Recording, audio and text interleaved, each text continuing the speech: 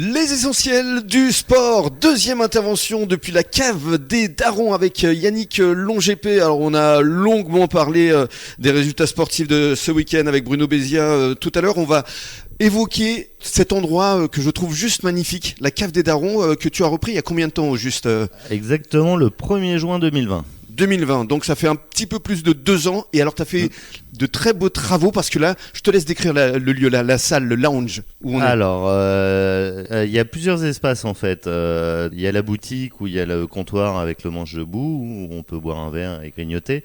Mais surtout après, il y a l'espace carré cave, un peu VIP au sous-sol avec des vieux Chesterfield, des tonneaux au milieu des grands crus, des magnums, avec la vue sur le patio terrasse où là aussi on peut profiter d'un espace un petit peu intimiste et très lounge, cocooning, c'était le but pour essayer de passer des bons moments. Et alors justement, on est dans le coin canapé, c'est vraiment très cosy, il y a un côté très chaleureux ici. C'était le but, qu'on se sente bien, qu'on ait envie d'y rester, que l'endroit soit beau et surtout qu'il y ait une bonne atmosphère et de bonnes ondes, c'est des choses auxquelles je suis sensible et qu'on passe des bons moments et des bons moments d'échange. Alors on décrit justement les différentes cuvées là qu'on peut apercevoir ici.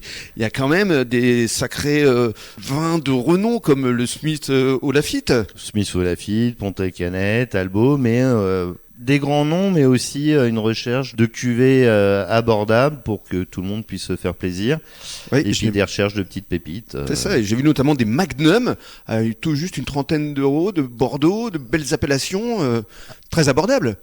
Tout à fait, il y en a même à moins de 30 euros en Magnum. Et on peut trouver des appellations régionales et puis d'autres régions comme des Bourgognes ou des Pays d'Oc. Le but étant de pouvoir en avoir un petit peu pour tous les goûts et surtout essayer de faire découvrir aux gens d'autres appellations et d'autres goûts. Puisque, comme je dis toujours aux gens, moi je ne mangerai pas tous les jours le même plat. Et c'est un petit peu pareil pour les vins. C'est ça, il faut arriver à bien accompagner le plat avec un vin qui lui corresponde.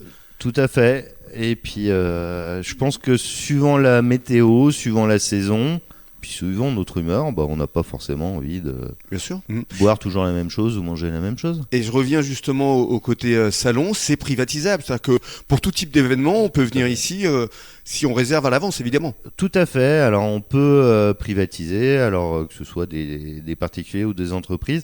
Et justement, on peut organiser une dégustation, des dégustations thématiques, ce qui arrive assez fréquemment d'ailleurs, on me le demande souvent. Et on peut aussi organiser complètement des menus avec des traiteurs, des pâtissiers, des ostréiculteurs, si on veut sortir un petit peu du côté tapas typique du bar à vin, planche, pâté ou fuet. Et on est complètement ouvert à tout type de menus ou de prestations. Et alors, il y a un côté aussi after work que vous allez peut-être développer pour l'après-travail, comme on dit aussi, l'heure de l'apéro finalement. Tout à fait. Alors, on fait ça hors saison du jeudi au vendredi.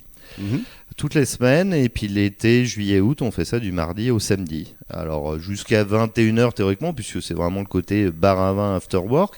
Mais après, s'il y a du monde, de l'ambiance, on n'est pas rigide à rester fixé. Et puis lors de certaines animations, dégustations avec des vignerons ou des soirées rhum, on peut finir beaucoup plus tard. Bien sûr. Et alors on rappelle où est située la cave des Darons. On est vraiment sur le boulevard de la Plage. Tout à fait, alors on est entre la poissonnerie de l'Aiguillon et l'église Saint-Ferdinand, pas loin d'ailleurs du restaurant de Michel, juste à côté. Et on se gare aussi facilement, puisque c'est souvent un frein pour les gens, et on se gare assez facilement dans les rues perpendiculaires. Et on peut venir prendre beaucoup de cuvées. Voilà, exactement. comme on le fait d'ailleurs. Merci beaucoup, on reste ensemble pour une troisième intervention, et on va écouter les coups de cœur de Yannick pour vos fêtes de fin d'année.